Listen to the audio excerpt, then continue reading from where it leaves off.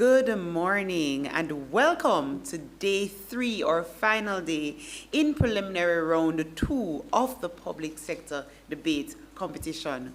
We're glad you could join us, those of you joining us here in the room and those of you joining us on YouTube. I am Tomika Godmighty, Communication Specialist here at the Transformation Implementation Unit. The past 2 days showcased a true test of intellect and quick thinking as teams competed for a chance to advance to the next round of this competition. If you missed your favorite team, you can always catch up on the matches on YouTube at TIU_Jamaica. Continuing the action today, this afternoon, the final match, are the Water Resources Authority and the National Irrigation Commission. Ladies and gentlemen, with these two teams, I hope the pressure don't bust the pipe. Our teams will be debating the moot. Be it resolved that secondary schools should not have the right to expel students without ensuring alternative education. I repeat, be it resolved that secondary schools should not have the right to expel students without ensuring alternative education. Before we begin, let us meet our teams, starting with the Water Resources Authority. Hi, my name is Amoy Mackenzie. I will be the first speaker. Hi, my name is Kimoy Marie Douglas. I'll be the second speaker. Hello, my name is Jeffrey Marshall. I'll be the third speaker. Thank you so much to our team from the Water Resources Authority. We now turn our attention to our team from the National Irrigation Commission as they introduce themselves. Hi, my name is Casey Morrison, and I'll be the first speaker for Team Opposition. Thank you. Good day, the name is Davin Richards and I'll be the second speaker for Team Opposition. Hi, good morning. My name is Colleen Dyer and I'm the third speaker for Team Opposition. Thank you so much to our team from the National Irrigation Commission. Today's judges, our team of adjudicators, are our partners from the Jamaica Association for Debating and Empowerment, and we ask our judges to introduce themselves. Thank you, Tomika. Hi, everyone. I'm Jermaine Barrett. I'll be the chair adjudicator for this match. Looking forward to an exhilarating exchange. Good morning, everybody. Kenisha Nelson. I'll be one of your wing adjudicators for this match. Good morning, everyone. I'm Kalaseti Vassal. I'll be serving as your next wing adjudicator. All the best.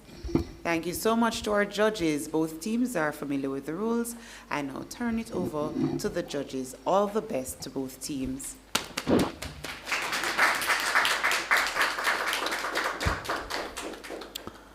All right, so we are almost ready to have the debate started. But before we do so, teams, I know you're very much au fait with the rules. You're quite frankly experts by now, but our listening audience, viewing audience might not be so acquainted, so I'll just go through the rules for their sakes.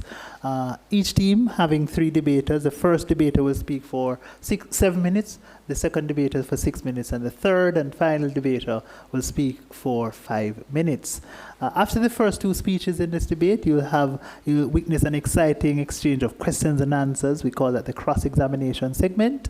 We'll have another such segment after the second pair of speeches. Thereafter, we will pause for 1 minute, and then we'll resume with the final speeches from either team. The reply speeches, beginning with that from the opposition team. Then we conclude with the reply speech from the proposition team. Teams, please take note of the time signals. You'll get a signal sound of a bell when you have spoken for 1 minute. Let's hear that bell. Good. And when you have 1 minute remaining in your speech, you'll hear another similar ding of the bell. Good. You'll hear 2 dings of the bell to signal that you've consumed the allotted time. And when you have exhausted the allotted time plus the grace period of 15 seconds, you will hear continuous dinging of the bell. That is ushering you off and away from the lectern. Okay. It's important that the first and second speakers rather from each team pay specific attention to the bells, because after the first minute up to the last minute of your presentation, points of information may flow between yourselves and your opponents, and we definitely invite you to engage substantively in those kinds of interactions.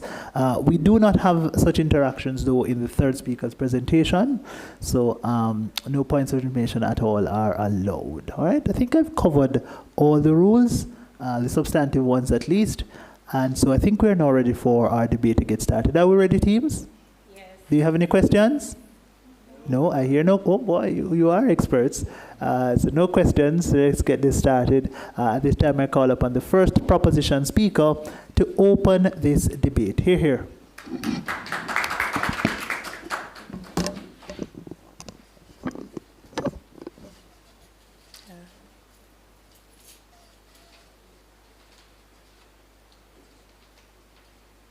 Listen, do you hear that sound? Do you hear the children crying? Do you see them on the road engaging in nefarious activities? Have you ever wondered, how did they get here? Esteemed judges, worthy opponents, fellow Jamaicans, we stand here this morning in favor of the moot. Be it resolved that secondary schools should not have the right to expel students without ensuring an alternative education. I state for the utmost that we accept that expelling a student is necessary to safeguard the collective. Our proposition hinges on the word ensuring, coming from the base word to ensure, which means to make certain, to make sure. In other words, we propose that the secondary school should have the right to expel students if and only if it have made sure or certain a reasonable alternative education option have been provided for the student. As the first speaker, I will be presenting and leading the way in these three categories. These are, I will lead to establish the right to education, the existing duty of care, and the need for procedural safeguard.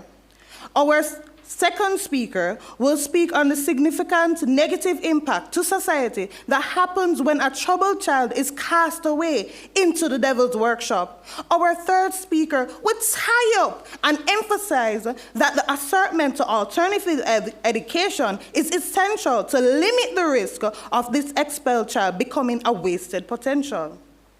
The right to an education is grounded in the international domestic law under the UN mandate and state that recognize that everybody is entitled to an education.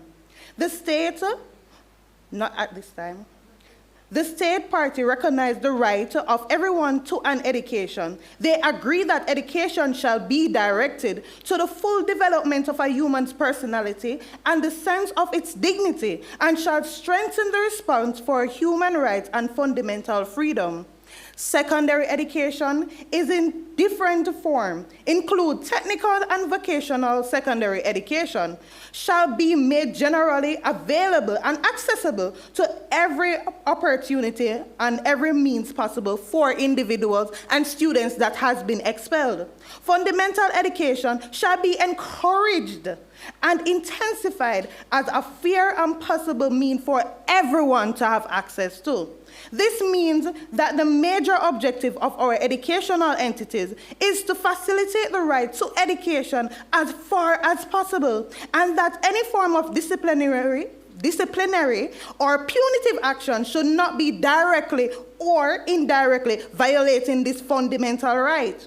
While our schools would understandably focus on their current students' population, they should still, as an educational partition, understand the importance of these fundamental rights and be willing to state plainly what will cause a person to be expelled, what will be the outcome.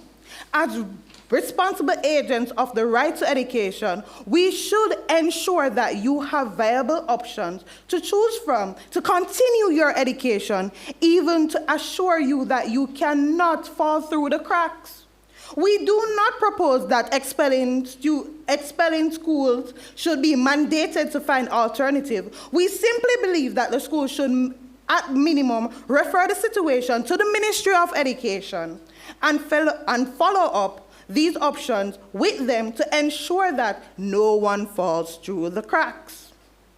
This flows directly into our second point, which is the duty of care for students that extend beyond the school gates. This is a statutory mandate, not a selective obligation. While the education regulations give students a broad right to suspend or permanently exclude, which is expelling the individual from the school, the right is also should balance out with a Child Care and Protection Act, which identifies education as the basic provision right that adults, including school administrators, must guarantee. To expel the student without making certain that a bridge exists to their alternative education is an abandonment of duty. Furthermore, the extreme behavior that often leads to expulsion may be a symptom of an underlying trauma that has been faced by that student. What then? We throw them aside? We cast them away? What is going to happen to that student? The Ministry of Education owns policy that no child must be denied access to public schools, even if one says you cannot stay here, but one is constrained by the duty of care to say, we can point you to those who can find a new place for you to go if you aren't able to do your own studies here. Our third point reflects that the fact that the most damaging decision requires the strongest safeguard. This is really a permanent decision taken by the Education Department to suspend a child. Permanent exclusion, even when justified by the opportunity, is one of the most consequential decisions that can impact an individual, much less a child. Thus, we see that many steps that should be taken to regulate these things. We suspend, we provide counseling, investigations are done into these matters in order to direct the student in a nice and orderly way to an alternative education where they can exceed and excel without falling through the cracks. We are not asking school to harbor danger. We are asking them to accept with certainty, as our second speaker will elaborate, the cost of a highland is a price Jamaica society can no longer afford to pay. We must stop the pipeline from the classroom to the streets. Ensure education or you ensure the crime. The proposition pauses.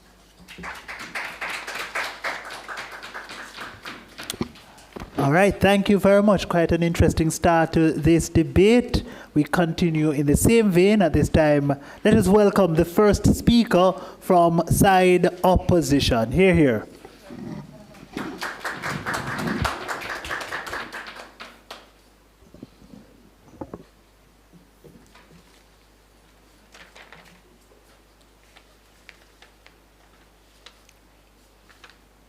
Honorable Chair, honorable judges, attentive audience, and fellow debaters, good morning. We stand firmly in opposition to this motion that secondary school should not have the right to expel students without ensuring alternative education. Before I proceed, let me define the key terms within this debate. Expel, the permanent removal of a student due to serious misconduct. Alternative education, structural learning outside the original schools, such as transfer, specialized programs, or state placement. Ensure, to guarantee placement before expulsion occurs. Mr. Speaker, let us be clear from the beginning. The core goal behind this motion is to ensure that every child can access and complete secondary education. The issue is not whether students deserve education, they do. The issue is who should bear responsibility for guaranteeing it and when a student becomes dangerous or severely disruptive. Our team firmly believes that the original secondary school should not carry the moral or legal obligations to secure a replacement before acting. Today, I will prove two things. Schools should not be forced to guarantee alternative education before expulsion, and the Ministry of Education is the better actor to handle alternative placement and rehabilitation. First point. My second speaker will also address the wider solution, consequences, and practical realities of this motion, while my third speaker will conclude our case. Secondary schools should not bear the obligation to secure a new placement before expelling problematic students.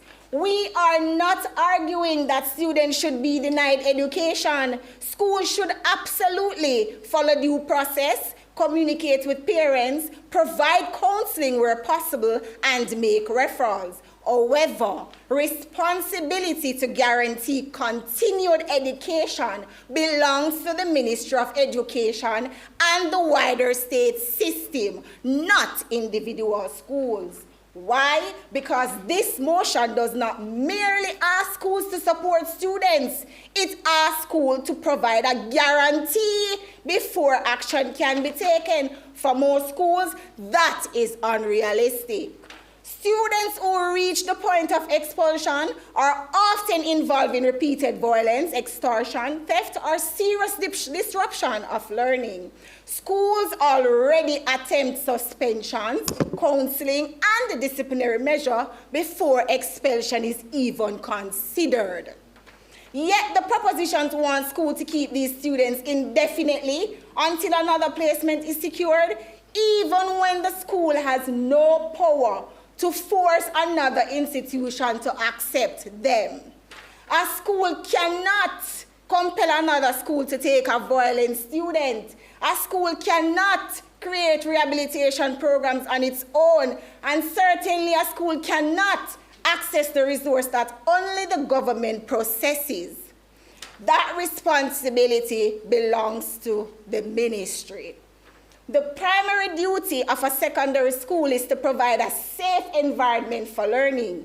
When severely disruptive students remain in school indefinitely, the education of every other student suffers.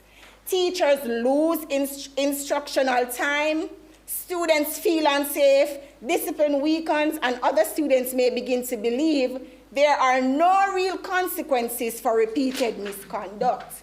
The proposition is effectively asking schools to choose between protecting the wider student body and waiting indefinitely for a placement they cannot guarantee. We reject that burden because it harms both school safety and educational quality.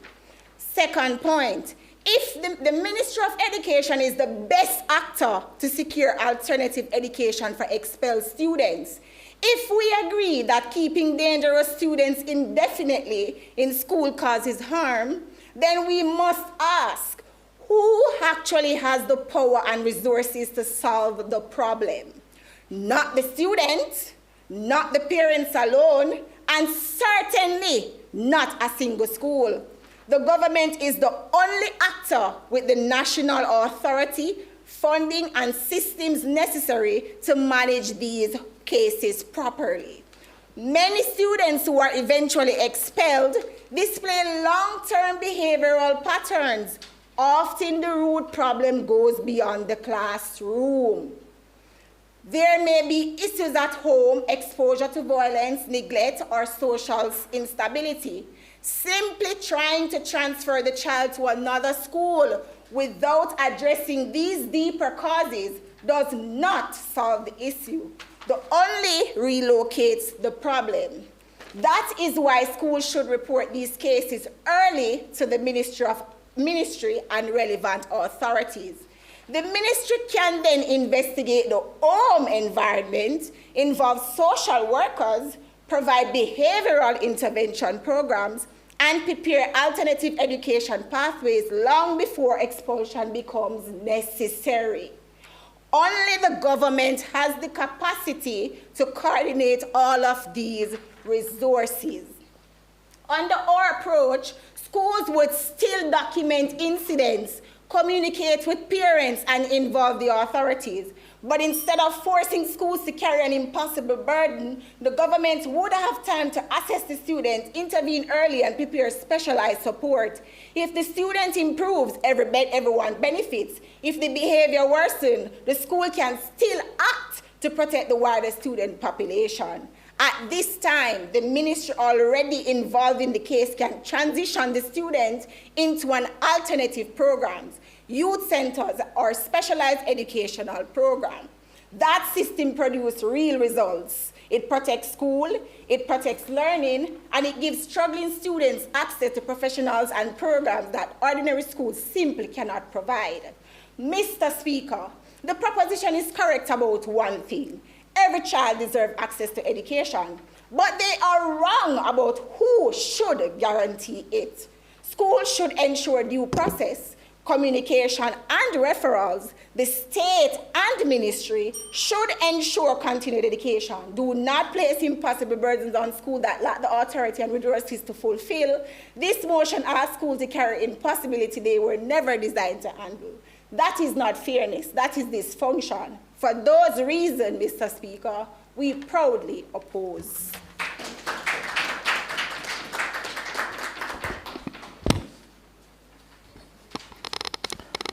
Thank you. We appreciate the argumentation coming to us from the first opposition speaker. We now move to the first segment of cross-examination. In this segment, the opposition team, the National Irrigation Commission, gets a chance first to ask 3 questions of the proposition team, the Water Resources Authority. Each question is limited to 10 seconds, each response limited to 45 seconds. Team NIC, you may now open with your slate of questions. Good morning, team proposition.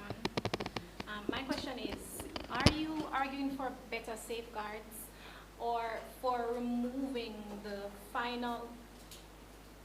Are you arguing for better safeguards or are you arguing for removing the final disciplinary power of the school entirely?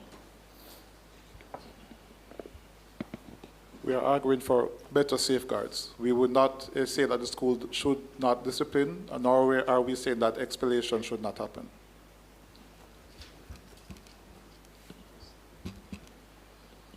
Does the proposition accept that other students also have the right to a safe learning environment? And how do they propose this, keeping a student who threatens this same environment? Again, we are not arguing for the removal of expulsion. We accept that some students have to be expelled based on them being a danger to the other students. However, we argue that the right of education cannot be foregone. So we argue that while a student is awaiting to be placed in another area during that transition period, the school still has a right to ensure that the student has access to educational materials. And that can look like many different ways, as I will explain in my speech. They can still provide educational material if the student is kept separately on the compound, if it is that they provide it. If no alternative placement is immediately available, does the proposition believe school must keep severely disruptive or dangerous students on campus indefinitely? A part of the disciplinary process includes suspension, and the school has the right to protect its body collective. We do not dispute that right. Again, what we are saying is that once that decision is made, the right of education has to be ensured. I would not say guaranteed, but made certain that something is done for the student. And we are debating on what should be done and how it should be done. And we are saying that the school has a responsibility to ensure, not guarantee, but to ensure that there is something happening for that student in that situation.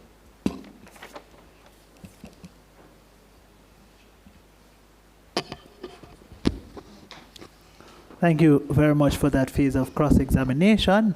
We continue now with the questions coming from the Water Resources Authority team proposition. And those questions are posed to the opposition team. If education is a right, how can expulsion without placement be the fair course of action? Let me take this one. The right to education in Jamaica's constitution speaks to primary and pre-primary publicly funded institutions. When it comes to secondary school, it is now a privilege or a social contract. If that contract is broken, then there must be steps taken to protect the community. And it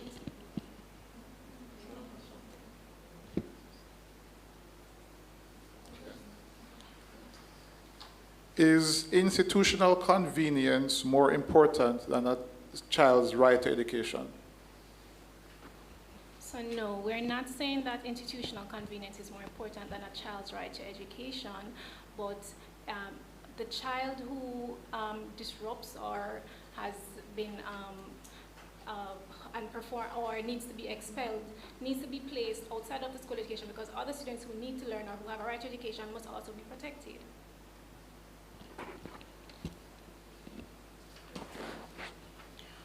All right, so if no alternative is assured, isn't the problem transferred to the community?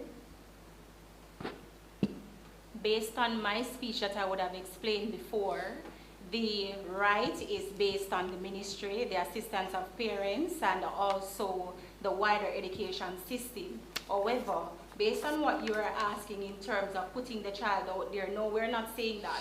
What we're saying is the child can move to additional programming that will assist with such behavioral matters or issues that he or she may have, not within the same school.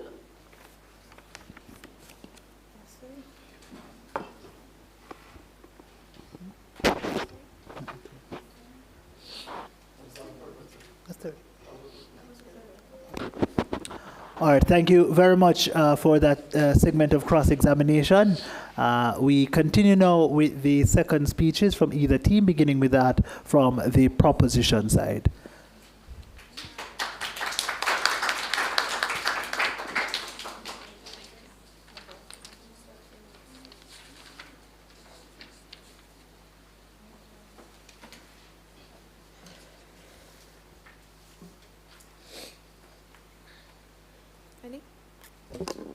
Good day. We are here to say that we are not questioning whether the right to expel should be given to the schools. We are questioning that the right to expel should be conditional, as we are arguing that the schools do not think further about what happens once the student leaves their school gate, which is what we are arguing for. To address what my opponents have said, my opponents seem to miss the point of a school. A school is an agent of the ministry. They carry out the mandate of the ministry. To put everything on the ministry, why don't the ministry just teach the students as well? If it is, we're so easy to pass on care when it's no longer convenient for us.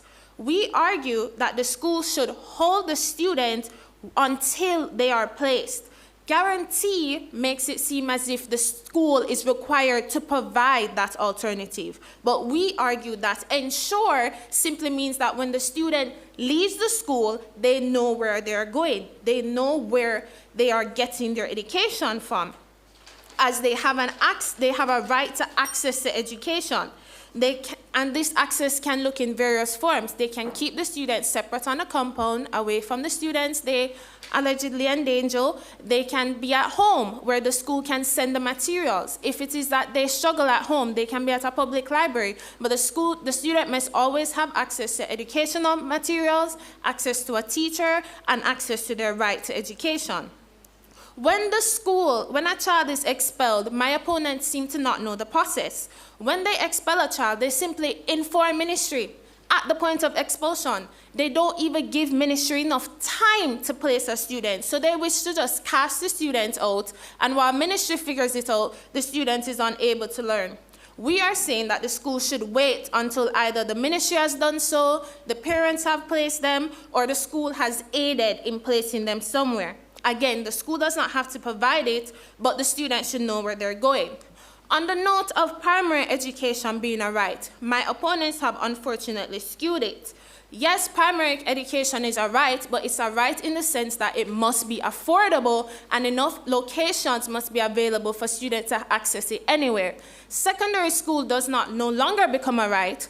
What changes is that there are different levels to the school, and you don't necessarily have the right to enter a high-performing institution, but you still have the right to enter secondary school. It's just no longer an even playing field. So you still have the right to education. It's just the levels, which again, if you don't meet the requirements of the school, they have the right to expel you. But your right to education does not go with it. So again, we say that the school is a bridge. they have a responsibility of continuing education, because when they accepted them, they took on the right to provide education, and it does not pass simply because of behavior. Behavior does not remove your rights. We say that accepting schools exists to take on students who are disruptive, but it's difficult for parents and for students to access it without the connections and the knowledge of the school. For example, we have Bridgeport High School, whose motto is total education for total personalities. They are committed to accepting students who have been cast out by others, rehabilitating them, and producing graduates. Schools like these exist that take on students who have been expelled, but parents who may be in Denhamtown, Kingston, might not be aware that these alternatives exist, which is why we make it the mandate that the schools not only hold them, but help to ensure continued education by forming these connections that the parents may not have. Because let's be honest, as my first speaker said, most of the students who are expelled come from difficult background, and most of the time, it's not financially sound. They don't necessarily have the resources and the funds to place the students themselves. They're not able to buy their ways past the behavioral issues. So for those who cannot buy or link their way into another school, what does the opposition want them to do? Expelling school has a right to bridge that gap between parents who are unable to find it themselves and allowing them to be placed, continue their education until they are placed. And this is not an unreasonable burden on the school, as they have a responsibility to be a vital actor in the right to education using their knowledge, their connections, and their legal standing. We also go on to say that we cannot embrace the cost of ignoring these students. When the bridge isn't built, the student appears in our crime statistics, in our streets, and in our prisons. And this is the school-to-prison pipeline. In 2012, the JDF conducted a study on 894 inmates to say that 25% of them are students that have been dropped out of school without completing any subjects. The ministry admits that these criminals are not born, they're formed, which is why we argue that we need to intervene before it gets to this point. For students that are disruptive, the government has timeout facilities that temporarily hold the students until they have been rehabilitated in the point to put them back into the school system. So even if you wish to expel the students and you say they're a danger on campus, the school can provide the link to place them into these timeout facilities. Education still continues. That is a mandate on the school. The parents would be aware of this. And if it is that they aren't able to be rehabilitated to go back into the schools, we have juvenile correctional services. It's not prison, but it holds them until the age of 18, continues their CSEC education, vocational training, and allows them to leave with employable skills. This is not an unreasonable burden for the school to ensure the connection, whether to a school, whether to temporary education, or whether to a facility that has been provided by the government. This is a mandate of the school, which is an agent of the ministry, and duty of care is not removed simply because of behavior. Thank you.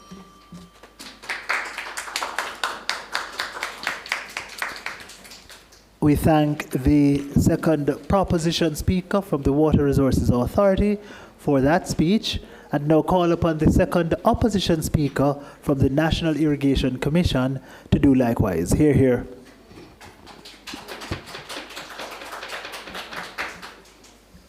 Before I start, let me make some corrections to what the government seems to have gotten wrong. The opposition stance does not deny a right. That was said already. The mood states that schools should not have the right to expel without finding alternative education. The mood gives the burden to the school in which the government should be championing. However, my opponents decided to side with team opposition in saying that the burden shouldn't be on the school, but rather the Ministry of Education. When a child commits a serious offense, it would be remiss of the government to keep them within the same place the offense was committed. And we heard you mention about temporary holding facility. I'd like to know, where is this temporary holding facility? Who will fund it, and how will this reform the students? Before I divulge into the opposition's case, let me impart a quote from the Ministry of Education Safety and Security Guideline. It must be clearly understood that the school is not a place for breaking the law.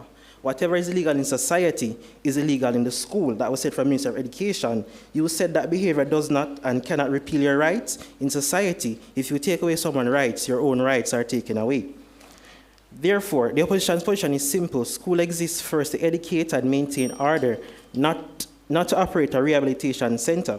During my time here, I will demonstrate a few things. Why this motion places the impossible burden on schools, why it misunderstands child psychology, and why the real solution should begin long before secondary school. The government must first consider whether schools are even fit for this purpose. Secondary schools in Jamaica are designed for academic and social development, not intensive behavioral correction or rehabilitation. Most schools already operate with limited guidance counselors and deans of discipline, serving hundreds of students. These resources are already stretched thin, helping students with trauma, grief, family instability, and career prep. A student whose behavior demands expulsion often requires high intervention in the form of guidance counselors and deans of discipline. Once we recognize that level of intervention is required, the next question is, who will pay for it, right? The government is already spending $200 billion on the education system. The government policy is unsustainable and it's a financial burden that will drain funds from an already strained system.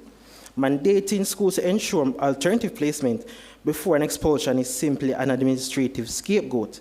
It forces already overburdened schools to do the jobs of entire ministry.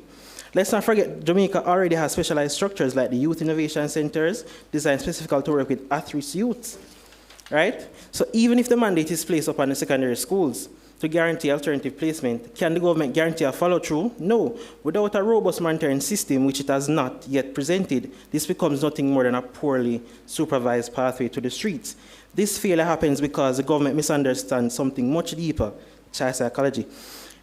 A child in secondary school ranges from the age of 12 to 18, and to understand their behavior, we must understand their cognitive development.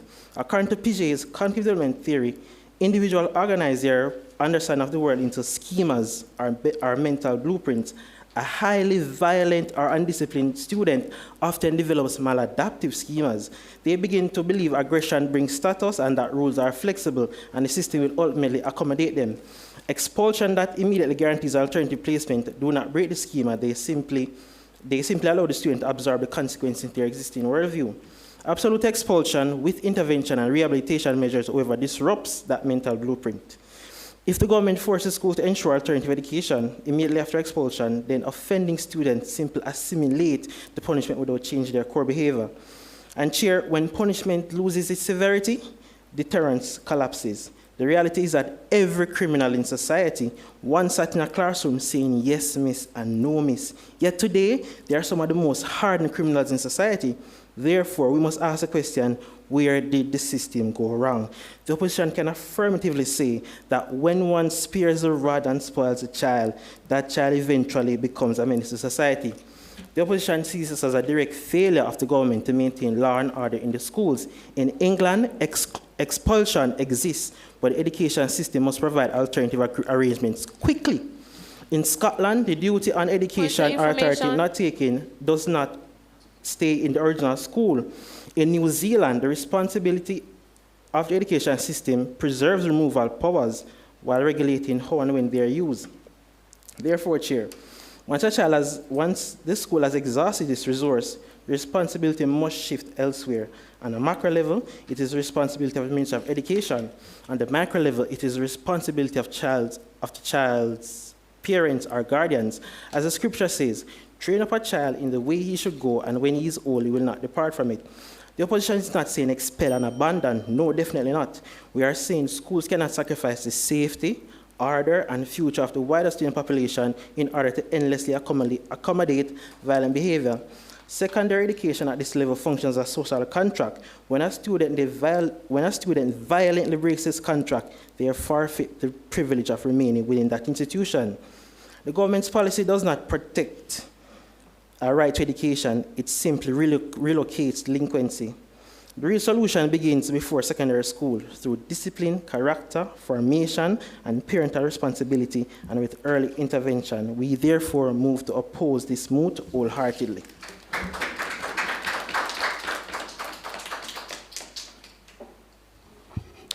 We thank you very much, second speaker from Team Opposition. Ladies and gentlemen, we now move to the second segment of cross-examination. In this segment, the proposition team first gets to ask their questions to the opposition team. Here, each question is limited to 10 seconds, each response limited to 45 seconds. Of course, this was what obtained in the first instance as well. So we now call upon the proposition team to ask their questions of the opposition team. So to clarify, what obligation does the school have once they've reported the expulsion to the ministry?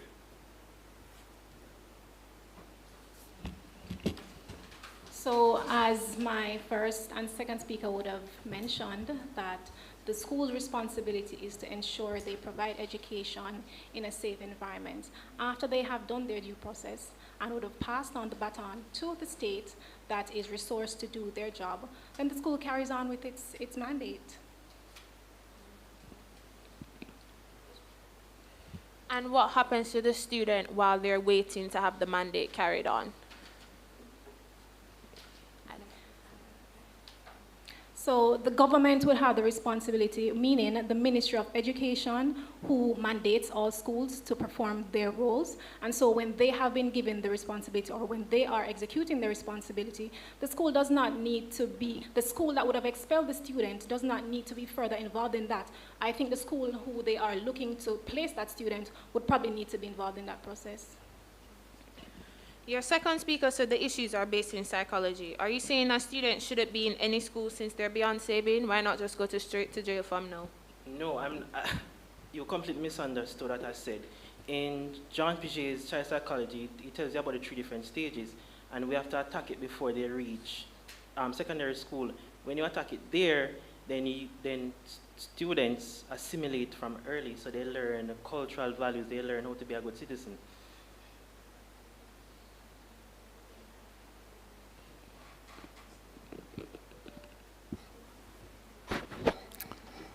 All right, thank you very much for that segment of cross-examination. We now call upon the opposition team to pose their questions to the proposition team. So the second speaker mentioned that we should hold the students until that child is replaced. I ask, where should that child be held until such is done? As I stated, you have in-school suspension where the student can be held in a separate class, or it is they can be at home where they receive the materials electronically. It's not about keeping the student amongst the other students. It's about ensuring they still have access to their educational materials. Whether they use it or not is not a fault of right of education, but they should always know where to go if it is that they wish to learn. Having them in limbo until the ministry fixes where to place them is the problem that we are addressing. There should never be limbo in regards to where they can get their educational material, which is what you are arguing. Thank you very much. My question is, so how do you propose the school finds the resources to hold those students who are in limbo? If the transition takes weeks or months, how do you propose the school is going to fund that sort of program? Because that seems to be a new program. So we can do online teaching. The individual won't be on the school compound. They will be at home, away from the collective, and going through with the education as usual. And just like how you say it might take weeks or months, when the school expels the student, wouldn't they not have access to education for those weeks or months until the ministry has it? Right, that's a question.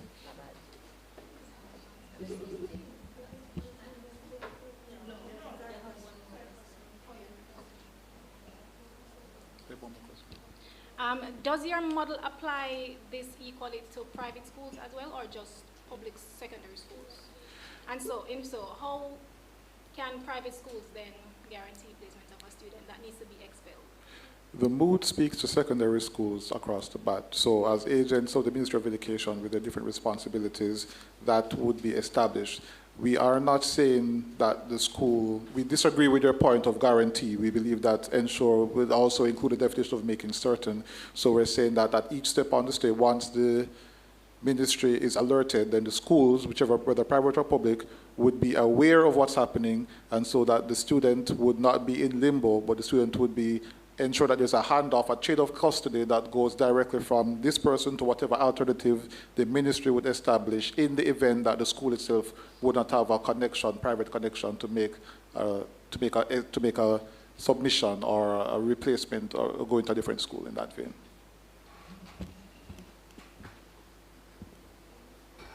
All right, thank you both teams for this segment of cross-examination.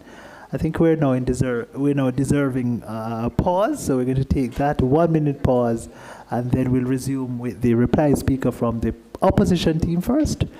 Thereafter, we'll conclude with the reply speaker, the third speaker from the proposition team. Teams, your 1 minute pause begins now.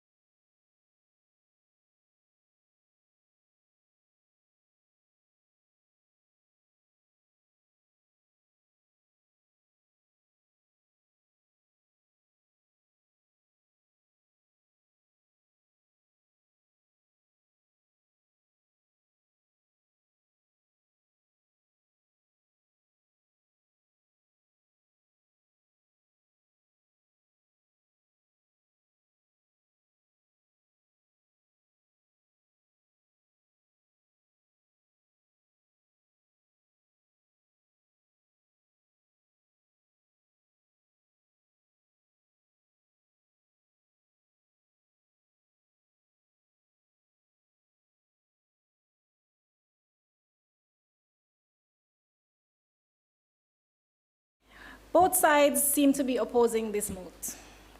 Both of us seek to protect the right of education, and both agree that expulsion is indeed necessary.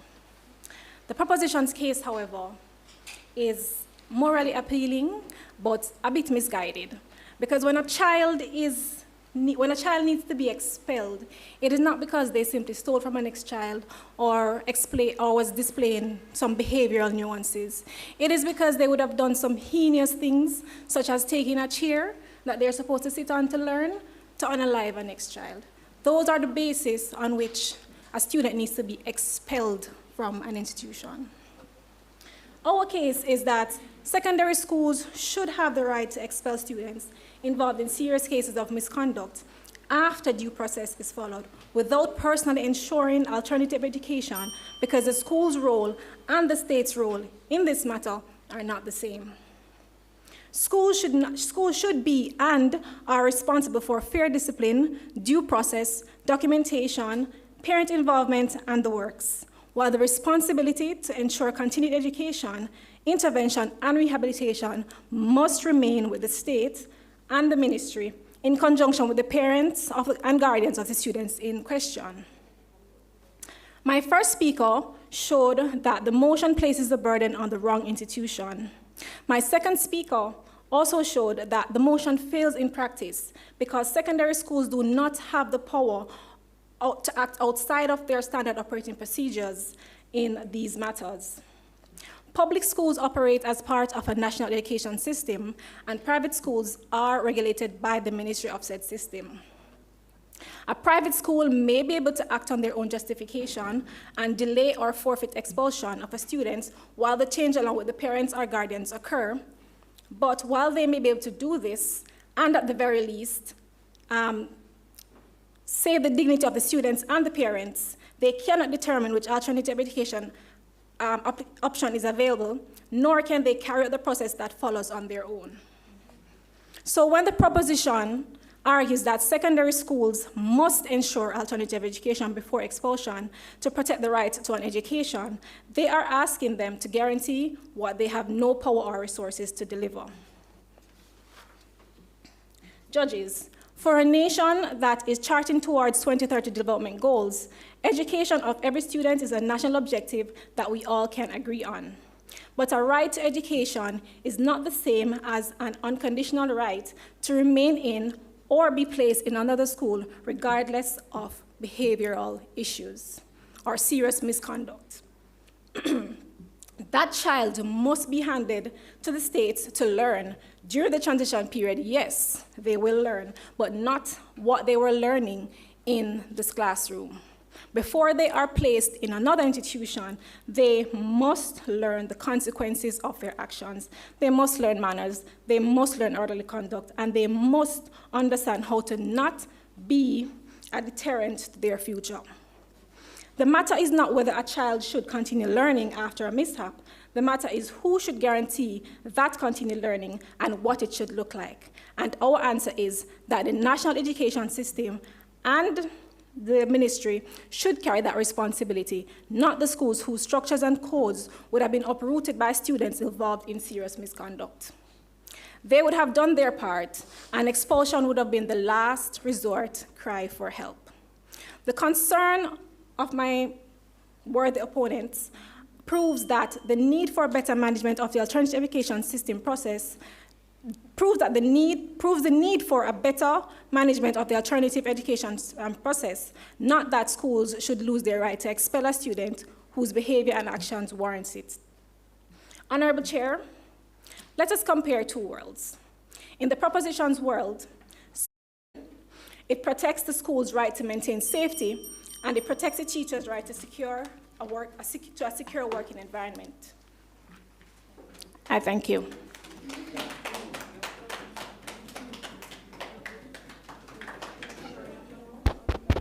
Thank you very much for that speech concluding the opposition's case. Of course, the opposition team is the National Irrigation Commission. We now go over to the final speaker from the proposition side. Let's make them welcome to conclude the debate overall. Here. Esteemed judges, worthy opponents, and fellow Jamaicans, we, the proposition, have clearly established that we have no objection to expulsion in principle. We have simply established a contingency and care that is required to balance the rights of the school to protect its collective membership and enforce discipline with the rights of the student on education and the rights of society to close any pipelines which may lead to increased criminality and negative social impact. Our opponents speak about guarantee, which is not what we have said. We do not say that we will guarantee that the school should guarantee. If there is a continuum of responsibility from no responsibility at the end to guaranteeing at the other end, we would say we are making certain, which is ensuring that what an option is there, options are provided that the person can choose from. We are not saying we are responsible to provide the options. We are saying that we know where the options are and we can direct the student to those options. If we can provide some, we may choose to do so, but it is not a guarantee that we will. It is saying we will look to see what is available for you and hand off in a sustainable and fair way. Our opponents unfortunately state that we have no concern for the current collective safety. That is not so, because we have agreed students can be expelled when it needs to be. However, there just must be an established option or options brought to the student's attention for their decision. The horse must be shown the various sources of water which they can drink from. And the school, our opponents say that the school cannot be burdened with the responsibility to find an alternative. The mood does not say provide or guarantee, it says ensure, make certain. At the very least, the institution, in referring the student to the Ministry of Education, should be able to ascertain from the Ministry of Education what options will be there. They can't just say, go to the Ministry of Education, and then we leave them, and then the cracks fall, because we know how government unfortunately operates. If you just leave it like that, without following up and asking, what will you do, what options are there that we can tell the student, what do you say, then that is all we are saying, that you can't just expel and leave them hanging in the void. The quotation is said, there is no other institution with such potential for positive socialization as the school. This is why expulsion is the most severe disciplinary option available. The student will be forcibly removed from a familiar environment where they are a part of an established social structure and have the full knowledge that it's their fault why they're gone.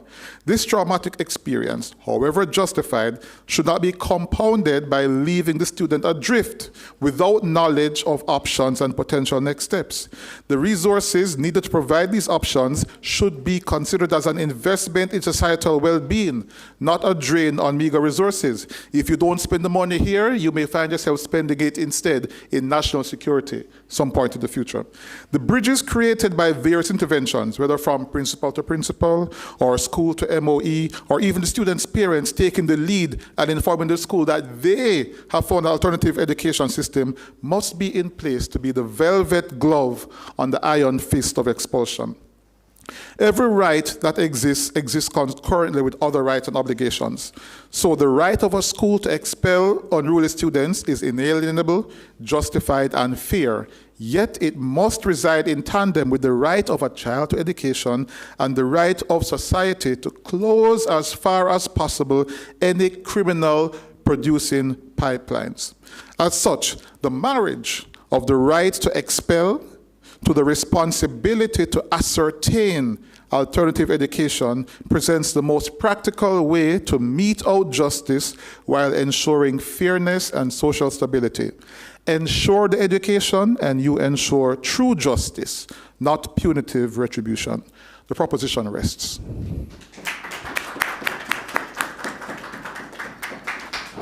Thank you very much, Proposition Third Speaker, for concluding the debate and summarizing the case of the Water Resources Authority.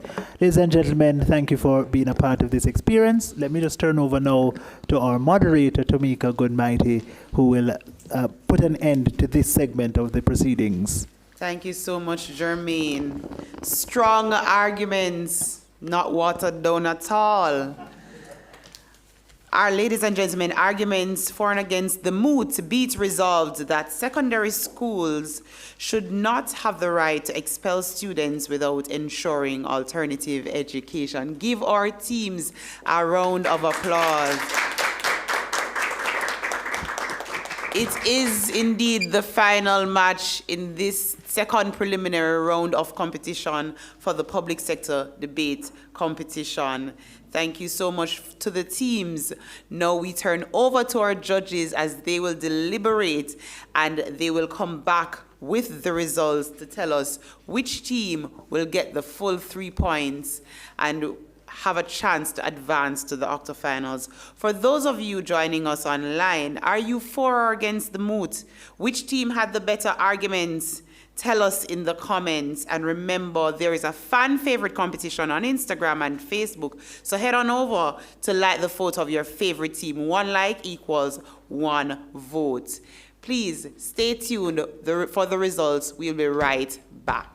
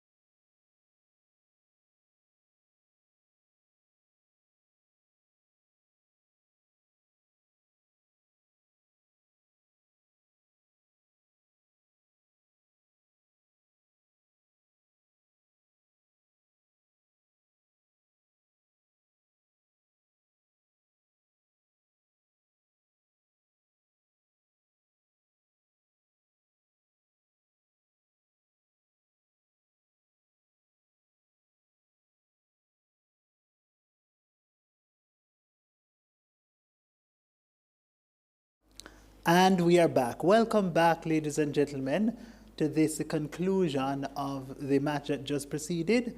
It featured the National Water, the Water Resources Authority on-side proposition going up against the National Irrigation Commission, and they were contesting the question, the moot, as to whether or not a school should be authorized to expel a student without first ensuring that students' access to education.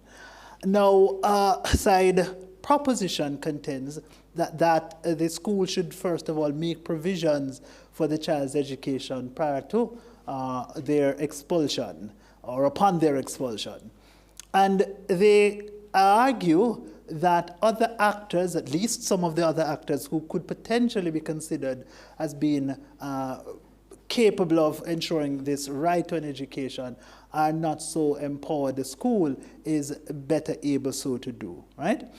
They say, for example, parents may not have the resources, the capacity, the knowledge so to do. The school existing already within the education system has the wherewithal to engage in the enfranchisement of the child to their basic right to an education, okay? The opposition, on the other hand, contends that schools are not ideal for this right, and you know that this right really should be exercised by the Ministry of Education. And so here we have a toss-up or a challenge between two teams as to who has the duty of care and who is a duty bearer with respect to ensuring that this right is afforded children who have to be expelled. Both teams seem to agree and find consensus on the question as to whether or not there are times when children should be expelled. I think there was a bit of a pulling and pushing between both teams as to whether or not this debate has to do with the right to an expulsion or the right of the school to expel the child. I think both teams made it clear that there are some circumstances where that is the case.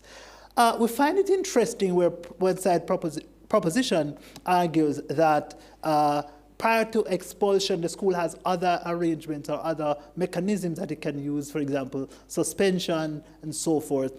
But then, of course, we understand as average intelligent voters and average well-read citizens as we are, that expulsion is a matter of last resort. It's when all else has failed. It's when the child is disruptive to the extent that it is disrupting the school community, and that kind of violence, possibly the child is a violence producer, it is going to be infiltrated across the school system. And so it is in such circumstances that the school must separate itself or separate the student from the school. For example, we hear from opposition that it's when a child takes a chair and tries to unalive another student. That's an interesting term, unalive, right? And so it's in those circumstances. So we think that the alternative that side proposition gives to suspend, to expulsion, which is, for example, to detain the child or so, may very well be problematic simply if it is that the child is being kept within the school community at least. Albeit, to their credit, to proposition's credit, we don't think that is going to be a long-term solution. It might very well be what the school does until it is able to afford the child the right to an education, right? Now, we hear at the tail end of proposition's case, the third speaker says that they are not guaranteeing, and the moot doesn't require that a guarantee be provided, but that what they're supposed to be doing is ensuring the access to the education and the realization of the right of the child to an education, right? And they say they're wanting to mechanize this by virtue of having the school from which the child is being expelled communicate to the Ministry of Education, and possibly we imagine encouraging the Ministry of Education to do what it can to secure the education, the continued education of the child, right? And so they say, if this is to this extent, the school would be carrying out its responsibility of ensuring an education. It's a pity that that kind of characterization came fairly late in the debate. It would have been good had that been clearer from the outset, that that is the extent of obligation on the part of the school in terms of a mechanistic arrangement, so that there could have been meaningful engagement between both teams on this mechanism with respect to the responsibility of the school. That said, the panel has ruled that we don't think that that is a reflection of the school's obligation as per the moot, that the school must, prior to or during the process, at some stage of expelling the student, the school therefore must see to it, ensure, and it might not be synonymous to, but it comes close if we're to say guarantee access to an education. We think that that's not being achieved if the school merely passes information to the Ministry of Education. Furthermore, we think that in status quo, that is standard operating procedure. The school must inform Ministry of Education, or at least the education officers, so that that information is funneled up and likely activating a response from the Ministry of Education. We don't think that it sort of satisfies the implicit obligation, or explicit obligation for that matter, in the moot, given the fact that the ministry, it is not proven on the side of proposition that the ministry is likely to act in a way to guarantee or to assure or to ensure the access to the child's education. It may very well be, for all we know, that the ministry says, well, yeah, thanks for informing us, we carry on with our lives just the same. We don't know what incentive or what compulsion exists within the Ministry of Education to see to it that education is secured for the child. Now, turning our attention to opposition's case, opposition contends that the Ministry of Education is the best assurer or guarantor rather, of that child's right to an education. Also because of the ministry's capacity to I don't want to say compel, but strongly urge the schools within its ownership, within its ambit, within its jurisdiction, to take the child. Something that a school from which a child is being expelled can't necessarily compel another school to accept a child that is proven deemed to be disorderly and so forth, right? And so we think that the ministry, therefore, is likely a better guarantor of that right, insofar as it is better able to secure that. Secondly, I think opposition tells us that the reason for which a child is being expelled may very well be a little deeper and a little bit more systematic than the simple act of disobedience and disorderly conduct that the child may be displaying. It may have its roots in a home setting, a community environment, or some other source of influence, maybe some other social institution that is either defaulting in its responsibility to properly socialize the child, or contributing to the maladaptation of the child, generally speaking. And the Ministry of Education, opposition tells us, has again, to its credit, the capacity to use the broader network of resources within the government to rehabilitate the child in a way that the school by itself might not be able to do. And so that, again, in the opposition world, makes the Education Ministry the better securer of that right of the child to an education, right? Now, proposition tells us importantly that the school is an important duty bearer insofar as the school is a part of the education system as well. That is definitely the case. The school has greater, probably a network of interactions with other schools that it could leverage to, again, secure this interest for the child. But we have to weigh that capacity of the school against the capacity of the ministry, which seems, in our estimation, to be a more powerful and a more prolific and efficient, effective even actor. On the question of efficiency, the question arose about which mechanism is going to lead to the outcome that is most desirable, which is that, or rather desirable outcome, which is that the child finds him or herself in a situation where their education is restored in some way or the other, right? And Proposition tells us that opposition's mechanism is going to involve some amount of delay, is going to be slow, etc., etc. Now, one thing that governs this debate and debates at large, if you're making a critique of your opponents and say what they want to do is going to be, in some regard or the other, not effective or slow or so, it requires, therefore, an analysis of the comparative arrangement in your world. So if you're saying that they're going to be slow, less efficient, less productive, less efficacious generally, you then have to prove that the counterfactual, which is what you're defending, is going to be more efficient, more productive, more efficacious. And we don't think that you do that enough in the comparative. And of course, that unfortunately is to your discredit team proposition. Okay? So I think that's broadly speaking how it is that the judges weighed this debate. It was, unfortunately for both teams, a fairly low-scoring match. The winner of this match ends on 270 points as compared to the winning team's 264 points.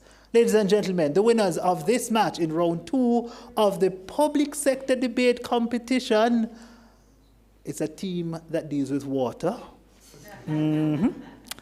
And of course, ladies and gentlemen, that team focused on water is, in fact, the National Irrigation Commission.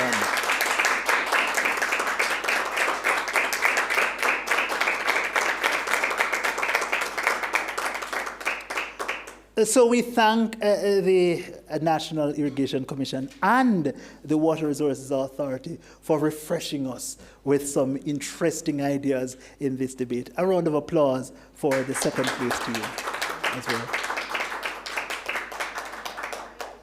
The best debater in this match comes to us from the winning team, the National Irrigation Commission.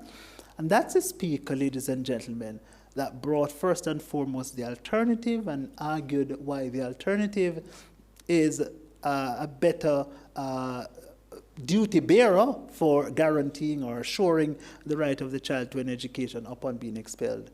That speaker, ladies and gentlemen, is the first opposition speaker.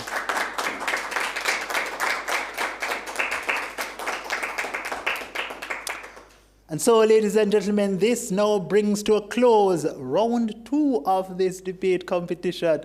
The teams, I imagine, are busy in their heads calculating, have I made it or have I not made it to the octafinal rounds? That result will be communicated to all the teams in the competition very soon. But as it relates to you, our viewing audience, we thank you tremendously for spending your time with us, for I imagine you're in your own space arguing with me, the adjudicator. That's fine. But keep the conversation going, because these are very important discussions to be had as together we try to advance the Jamaican democracy. Thank you all.